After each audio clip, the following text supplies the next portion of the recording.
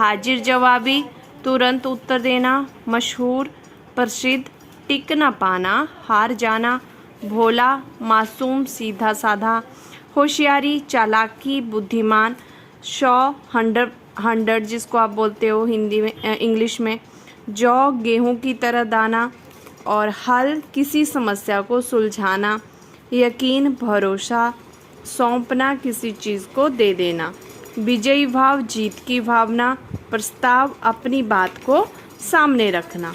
ठीक है, तो ये इसमें कुछ शब्दार्थ हैं। अब हम अपना चैप्टर देखते हैं। लोनप्पोगार तिब्बत के 20वें राजा सोनगवसेन गाम्पो के मंत्री थे। जो लोनप्पोगार था बच्चों, वो क्या था? मंत्री था। किसका? जो तिब्बत के राजा थे सोनगवसेन, उनके मंत्री थे। वे अपनी चालाकी और हाजिर जवाबी के लिए दूर दूर तक मशहूर थे। उनकी जो चालाकी थी, और हाजिर जवाबी होता है जो एकदम से जवाब दे देते हैं, तो वो दूर दूर तक प्रसिद्ध थे उसको लेकर। कोई उनके सामने टिकता न था, कोई भी उनके सामने टिक नहीं पाता था। चैन से जिंदगी चल रही थी, मगर जब से उनका बेटा बड़ा हुआ था, उनके लिए चिंता का विषय हुआ था। अब भला देखो कि जो एक बच्चा होता है वो तो मम्मी पापा के लिए चिंता का विषय नहीं होना चाहिए, तो कुछ न कारण होगा, तभी वो उनके लिए क्या था? चिंता का विषय था। तो देखते हैं कि क्यों उनके लिए वह चिंता का विषय था। तो कारण यह था कि वह बहुत भोला था, कि वह बहुत ही भोला सा था। ठीक है, होशियारी उसे छू कर भी नहीं गई थी। लोनप्पोगार ने सोचा, मेरा बेटा बहुत सीधा साधा है, इसके बाद इसका काम कैसे चलेगा?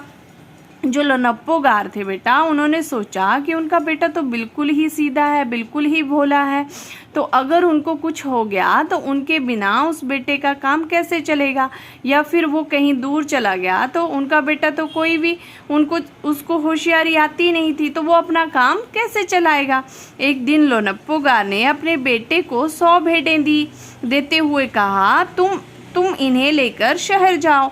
लोनप्पोगार जो थे, उन्होंने अपने बेटे को 100 भेंटें दे दी। कितनी दे दी बच्चों? 100 भेंटें दे दी, और कहा कि तुम इन्हें लेकर शहर चले जाओ, मगर इन्हें मारना या बेचना नहीं है, कि तुम्हें ना तो इनको मारना है और ना ही बेचना है।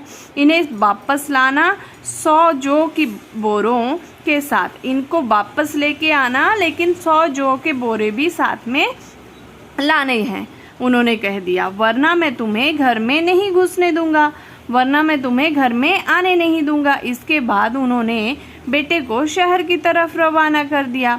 लोनप्पोगार का बेटा शहर पहुंच गया, मगर इतने बोरे जौ खरीदने के लिए उसके पास रुपए ही कहाँ थे। वो शहर तो पहुंच गया, अब उसको क्या हो गया कि उसके पास तो पैसे ही नहीं थे, तो वो कैसे जो है वो 100 बोरे जो है उसके खरीदेगा। तब उसने क्या सोचा? वह इस समस्या पर सोचने विचारने के लिए सड़क के किनारे बैठ गया। वो एक साइड बैठ गया सड़क के किनारे और सोचने लग गया, मगर कोई हल उसकी समझ में नहीं आ रहा था। वह बहुत दुखी था। तभी एक लड़की उसके सामने आ खड़ी हुई। वो बहुत दुखी था, परेशान था। तभी एक लड़की आई और उसके सामने खड़ी हो गई।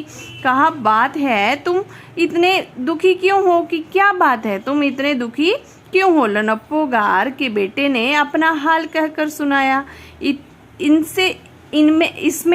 इसमें इतना दुखी होने की कोई बात नहीं है, मैं इसका हल निकाल देती हूँ। इतना कहकर लड़की ने भेड़ों के बाल उतारे।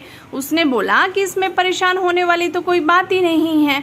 उसने सारी भेड़ों को इकट्ठा किया और उनके सारे बाल जो थे वो उतार दिए और उन्हें बाजार में बेच दिया। और उससे बच्चों जो भी पैसे मिले उससे उसने क्या किया? 100 जौ के बोरे खरीद लिए और उस बच्चे को, उसके लोनप्पोगार के बेटे को घर भेज दिया। अब बोल रहा है कि लोनप्पोगार के बेटे को लगा कि उसके पिता बहुत खुश होंगे। उसको तो ऐसा लगा कि अब वो क्या कर रहा है, 100 जौ की बोरे लेके जा रहा है, तो उसके पिता तो बहुत खुश होंगे उससे। मगर उसकी आप बीती पर उन्होंने ध्यान नहीं दिया। लेकिन जो उसके पिता थे, जब उसने अपनी आप बीती सुनाई, जो उसके साथ आप बीती होती जो उसके साथ घटित हुआ था, तो जब उसने वो सुनाया तो जो उसके पापा थे, कौन? लोनप्पोगार, उन्होंने ना उसके बात के ऊपर ध्यान ही नहीं दिया। वे उठकर कमरे से बाहर चले गए। दूसरे दिन उन्होंने अपने बेटे को बुलाकर कहा पिछली बार भेड़ों के बाल उतार कर बेचना मुझे ज़रा भी पसंद नहीं आया, कि पिछली बार जो तुमने भेड़ों के बाल उतारे वो मुझे बिल्कुल पसंद नहीं आया। अब तुम दोबारा उन्हीं भेड़ों को लेकर जाओ और उनके साथ जौ के 100 बोरे लेकर ही लौटना।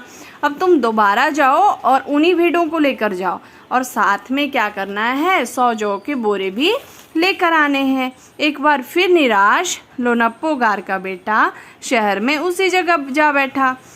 न जाने क्यों उसे यकीन था कि वह लड़की उसकी मदद के लिए जरूर आएगी। उसको लग रहा था कि जो लड़की पहले उसकी मदद के लिए आई थी वो दोबारा भी उसकी मदद के लिए आएगी, और हुआ भी कुछ ऐसा ही।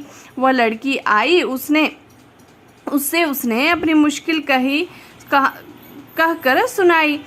अब तो बिना जौ के 100 बोरों कि मेरे पिता मुझे घर में नहीं घुसने देंगे। लड़की सोचकर बोली, एक तरीका है। उसने फिर से एक तरीका निकाल दिया। उसने भेड़ों के सींग काट लिए, उन्हें बेचकर जो रुपए मिले उनसे 100 बोरे जौ के खरीद लिए। बोरे लोनप्पो गार के बेटे को सौंपकर लड़की ने उसे फिर घर भेज दिया। भेड़ें और जौ के बोरे पिता के हवाले करते हुए लोनप्पो गार का बेटा खुश था। उसने विजयी भाव से सारी कहानी कह सुनाई। लोनप्पो गार बोले, उस लड़की से कहो कि हमें 9 हाथ लंबी राख की रस्सी बना कर दे। अब बच्चों आप ही सोचो कि राख की रस्सी कैसे कोई बना के देगा। उनके बेटे ने लड़की के पास जाकर पिता का संदेश दोहरा दिया। उनका जो बेटा था वो गया और लड़की के पास वही बात बोल दी जो उसके पिता ने उसको बोला था। लड़की ने एक शर्त रखी, मैं रस्सी तो बना दूंगी मगर तुम्हारे पिता को वह गले में पहननी होगी। लड़की ने बोला, ठीक है रस्सी तो मैं बना दूंगी, पर जो तुम्हारे पिता हैं उनको क्या करना पड़ेगा, उसको गले में पहनना पड़ेगा। लोनप्पो गार ने सोचा ऐसी रस्सी बनाना ही असंभव है, इसलिए लड़की की शर्त मंजूर कर देता हूँ। अब लोनप्पो गार को तो ऐसा यकीन था कि ऐसी तो कोई रस्सी होती नहीं है, इसलिए भी लड़की हार जाएगी, इसलिए मैं उसकी शर्त मंजूर कर लेता हूँ। अगले ही दिन लड़की ने 9 हाथ लंबी रस्सी ली, उसे पत्थर के सिल पर रखा और जला दिया। रस्सी जल गई मगर रस्सी के आकार की राख बच गई। इससे वह सिल समेत लोनप्पो गार के पास ले गई और उसने पहनने के लिए कहा। लोनप्पो गार रस्सी देखकर चकित रह गए। चकित मतलब वो हैरान हो गए। वे जानते थे कि राख की रस्सी को गले में पहनना तो दूर, उठाना भी मुश्किल है। वो हाथ लगाता तो राख तो सारी वो हो जाती, तो इसीलिए वो जानते थे ऐसा, तो हाथ लगाते वो टूट जानी थी। लड़की की समझदारी के सामने उनकी अपनी चालाकी धरी रह गई। बिना वक्त गवाए लोनप्पो गार ने अपने बेटे की शादी का प्रस्ताव लड़की के सामने रख दिया और धूमधाम से उन दोनों की शादी हो गई।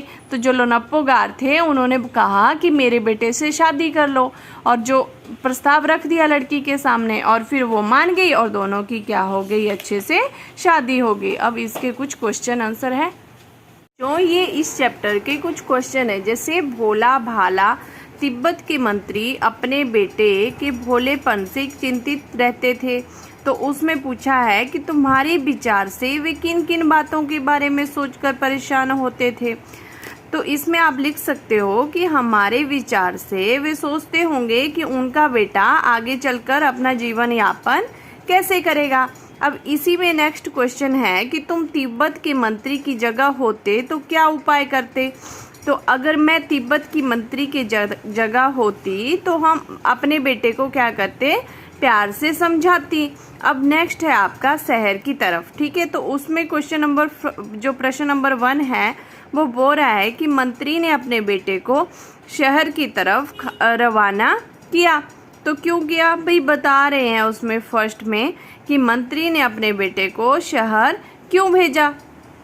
तो मंत्री ने अपने बेटे को शहर दुनियादारी को समझने के लिए भेजा था, ठीक है।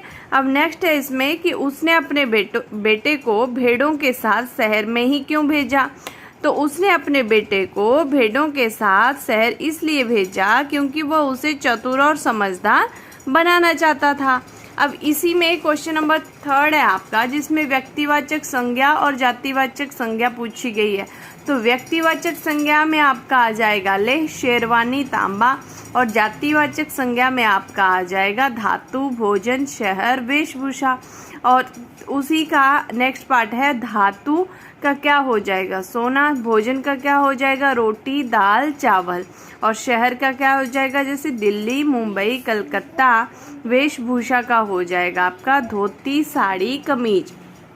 तो ये बच्चों हमारी लोनप्पो गारो के बारे में कहानी थी। आपको आई होप आपको समझ में आ गया होगा कि वो कितना जो था वो होशियार था, परंतु वहीं उल्टे उसका बेटा जो था वो क्या था, बिल्कुल ही बहुत ही सीधा साधा था। ठीक है, तो उसको अपने बेटे की जो चिंता थी वो खाई जाती थी कि मतलब वो उसके बिना कैसे अपना जीवन यापन करेगा। इसीलिए उसने उसको भेड़ों के साथ शहर भेजा और 100 जौ के बोरे लाने के लिए कहा। तो उस वहाँ पे उसको वो लड़की मिली जिसने उसकी सहायता की और एंड में उन दोनों की शादी कर दी। ठीक है, तो आई होप आपको ये चैप्टर समझ में आया होगा। अगर आपको चैप्टर समझ में आया होगा तो प्लीज़ चैनल को शेयर, लाइक एंड सब्सक्राइब करना ना भूलें। अब हम अपनी नेक्स्ट वीडियो में मिलेंगे, तब तक के लिए बाय बाय, टेक केयर।